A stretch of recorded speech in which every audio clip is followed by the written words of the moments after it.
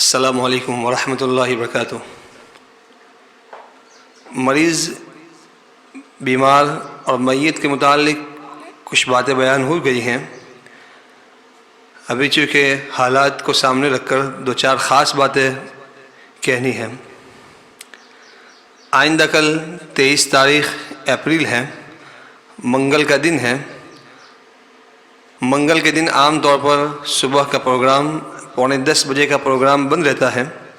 کل کے دن ہمارے صوبے میں، راجیہ میں چناؤ ہیں، الیکشن ہیں، اسی کو سامنے رکھ کر دو چار باتیں بیان کرنی ہیں۔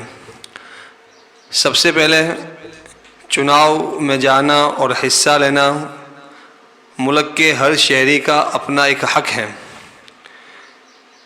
جمہوری ملک میں رہنے والے جتنے لوگ ہوتے ہیں، جب وہ سرکاری قانون کے مطابق 18 سال کے ہو جاوے، جس کو سرکاری قانون بالغ مانتی ہے، تو ایسے ہر آدمی کے لیے چناؤ میں حصہ لینا اس کا اپنا حق ہے اور یہ ضروری ہے۔ اس کے ذریعے سے اچھے برے لوگوں کی تمیز ہوتی ہے، کن کو تخت پر بٹھانا، کس کے ذریعے سے ملک کی خدمت لینا، کس پارٹی کے ذریعے سے، تو یہ ہوتا ہے شہر کے رہنے والے، ملک کے رہنے والوں کے ہاتھ میں، لگام انہی کے ہاتھ میں ہے۔ ووٹ جہاں ڈالیں گے اس کے حساب سے آگے پارٹی کا چناؤ، پارٹی چنی جائے گی۔ لہذا ہم سب سے پہلے تو ہر آدمی سے گزارش ہے کہ جو لوگ اس کے اہل ہو چکے ہیں، یعنی 18 سال کے اوپر جن کی عمر ہو چکی ہے، تو وہ ضرور ووٹنگ میں حصہ لیں۔ جن کا جہاں نام ہے وہاں جا کر حصہ لیں۔ اور کچھ لوگ پوچھتے ہیں کہ ووٹ کس کو دینا، کس کو نہیں دینا، تو اس لائن سے یہ بات سمجھ لیں کہ شریعت نے ہمیں چونکہ کہیں ادھورا نہیں چھوڑا، ہر جگہ ہماری رہبری کی ہے، تو اس میں بھی رہبری کی ہے کہ ہر آدمی اپنی چاہت سے جس کو چاہے ووٹ دے سکتا ہے۔ کوئی کسی پر پابندی لگا نہیں سکتا کہ فلاں کو نہ دینا، فلاں کو دینا، تو یہ کسی کے ہاتھ میں نہیں ہے۔ ہاں، شریعت نے اس لائن سے بات کہی کہ جو لوگ ووٹ ڈالتے ہیں وہ کچھ باتیں دیکھ کر ووٹ ڈالیں۔ سب سے پہلے تو چناؤ میں بیٹھے ہوئے جتنے امیدوار ہیں تو ان میں دیکھیں کہ کون ملک کے حق میں اور ملک میں رہنے والے دیش اور دیش واسیوں کے حق میں کون بہتر ہے۔ جو اچھا نظر آوے اسی کو ووٹ دینا ہے۔ بعض دفعہ ایسا ہوتا ہے کہ 2 میں سے کوئی بھی اچھا نہیں ہوتا، 5 بیٹھے ہیں، 5 کے 5 لچے لپنگے بیٹھے ہیں، آوارہ لوگ بیٹھ گئے، تو پھر وہاں بھی شریعت نے ہماری یہ رہبری کی ہے کہ ان 5 میں جو کم نقصان، جس سے کم نقصان کی امید ہو کہ یہ نقصان کم پہنچائیں گے، تو پھر انہی کو ووٹ دینا چاہیے۔ کوئی اچھا ہے تو اسی کو دینا ہے۔ سب کے سب ایک ہی صف میں کھڑے ہیں، کوئی بھی اچھا نہیں ہے، تو پھر وہاں جس سے کم نقصان ہونے کی امید ہو اسی کو ووٹ دینا چاہیے۔ ووٹ دینے کا مطلب یہ ہوتا ہے کہ ہم سفارش کر رہے ہیں کہ فلاں آدمی حکومت کا اہل ہے، سفارش کر رہے ہیں یا گواہی دے رہے ہیں۔ گواہی اس بات کی ہم دے رہے ہیں کہ یہ آدمی اچھا ہے، اس کو تخت پر بیٹھنا چاہیے، اس کے ذریعے سے ملک کی خدمت لینی چاہیے، ہونی چاہیے۔ یہ گویا کہ ہم گواہی دیتے ہیں۔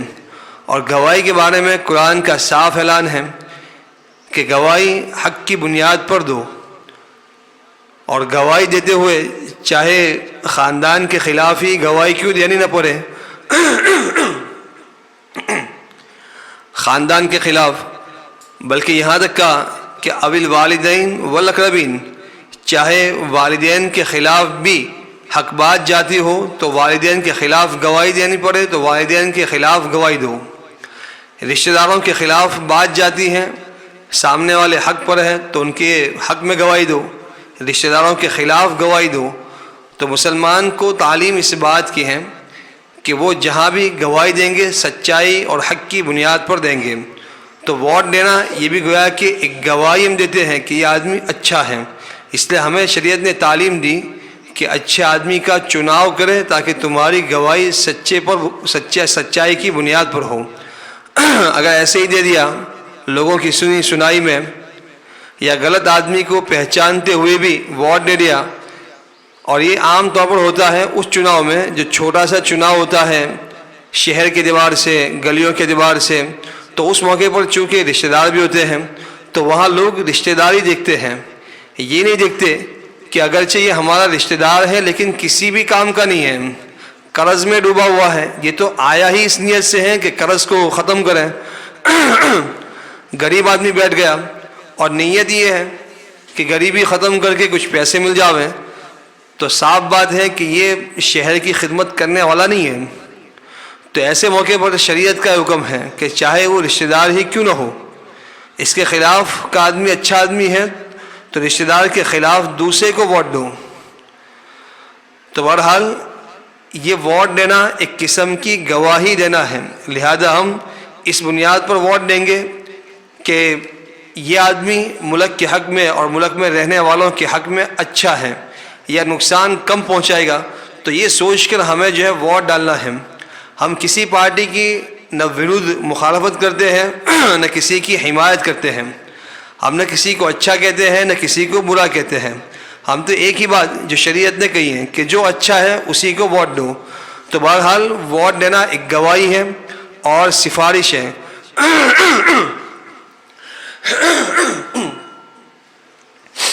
گویا کہ ہم سفارش کر رہے ہیں کہ یہ آدمی اچھا ہے. قرآن میں اللہ فرماتے ہیں کہ جو آدمی اچھی چیز کی سفارش کرے گا تو اچھائی میں اس کا حصہ بھی شامل ہوگا، اور جو بری چیز کی سفارش کرے گا تو برائی میں اس کا پورا حصہ سمجھا جائے گا. لہذا ہم اچھے لوگوں کی سفارش کریں، اچھے لوگوں کو ووٹ دیں. اچھا آدمی، اہل والا آدمی، کام کا آدمی، لائق آدمی جب صحیح جگہ پر آتا ہے تو وہ ایمانداری سے، امانت داری سے کام کرتا ہے، تو جتنے وہ کام کرے گا ان سب میں ہمارا حصہ شامل ہو جائے گا، ہمیں بھی ثواب ملے گا. تو بہرحال اس کو سامنے رکھنا ہے کہ پارٹی جو بھی ہو، ہمیں دیکھنا ہے کہ کام کرنے والا آدمی کیسا ہے، اس کے حق، اس کے ذریعے سے ملک کی خدمت ہوگی، لوگوں کی خدمت ہوگی، یا ملک کو نقصان، یا دیش میں رہنے والوں کو نقصان ہوگا. تو یہ دو باتیں دیکھنی ہیں. جو اچھا آدمی ہے اسی کو ووٹ دینا ہے، اور 100% ووٹ دینا ہے. کوشش کرنی ہے کہ سب کے سب جا کر ووٹ دے، کوئی باقی نہ رہے. اب اس میں ایک خرابی ہمارے یہاں یہ بھی ہے کہ ہم لوگ خاص طور پر بعض ہماری بہنیں ناسمجھی میں اسلامی لباس پہن کر وہاں دھوکہ دیتی ہیں، اپنا ووٹ بھی دیتی ہیں، دوسرے 5 لوگوں کے نام پر ووٹ دیتی ہیں. تو اس طرح نہ کریں، یہ خیانت ہے، گناہ کا کام ہے. قانونی اعتبار سے بھی ایسے لوگ گنہگار ہیں اور شرعی اعتبار سے بھی گنہگار ہیں. ہمیں کچھ ملنے والا نہیں ہے، کوئی جیتے گا یا ہارے گا. ہمیں آج تک کچھ ملا ہے نہیں اور کچھ ملنے والا بھی نہیں ہے. تو ہم کسی اور کے لیے اپنی آخرت کیوں برباد کریں؟ حضرت عمر بن خطاب رضی اللہ عنہ نے ایک دفعہ احنف بن قیس، ایک بڑے سمجھدار آدمی تھے، تو حضرت عمر نے ان سے پوچھا کہ احنف ایک بات بتاؤ، دنیا میں سب سے بڑا بیوقوف آدمی کون ہے؟ مہا بیوقوف کون ہے؟ تو انہوں نے کہا کہ جو اپنی دنیا بنانے کے لیے اپنی آخرت کو برباد کر دیں. جھوٹ بول کر دنیا تو لے لی لیکن آخرت خراب کر دی. تو فرمایا کہ یہ مہا بیوقوف ہے. حضرت عمر بن خطاب نے فرمایا کہ نہیں، ایک اس سے بھی بڑا بیوقوف ہے. تو کہا اچھا وہ کون ہے؟ تو حضرت عمر بن خطاب نے فرمایا کہ جو دوسرے کی دنیا بنانے کے لیے اپنی آخرت برباد کر دے. اپنی دنیا نہیں، کسی اور کی دنیا بن رہی ہے، کسی اور کو فائدہ پہنچانے کے لیے یہ بیچ والا جھوٹ بول رہا ہے. تو اس کو تو کچھ بھی نہیں ملا، بیچ والے کو، اس کی تو دنیا بھی گئی، آخرت بھی گئی. تو فرمایا کہ یہ اصل میں بیوقوف ہے کہ دوسرے کی دنیا بنانے کے چکر میں اپنی آخرت کو برباد کر دیں. لہذا یہاں یہی ہوتا ہے کہ ووٹ ڈالنے والوں کو کچھ ملنے والا ہے بھی نہیں، اور ملے تو لینا جائز بھی نہیں ہے. جیسے کچھ لوگ آگے سے سودے بازی کرتے ہیں قوم کی، اپنے گھر والوں کی، پیسے لے کر، یہ بے ایمانی ہے، خیانت ہے۔ ایسے پیسے دواخانوں کے چوروں کے حوالے ہوتے ہیں۔ اللہ حفاظت فرماوے۔ قوم کے نام کی سودے بازی نہیں کرنی چاہیے۔ ووٹ کے نام پر، سیاست کے نام پر لوگوں سے پیسے نکلوانا یہ بالکل غلط ہے۔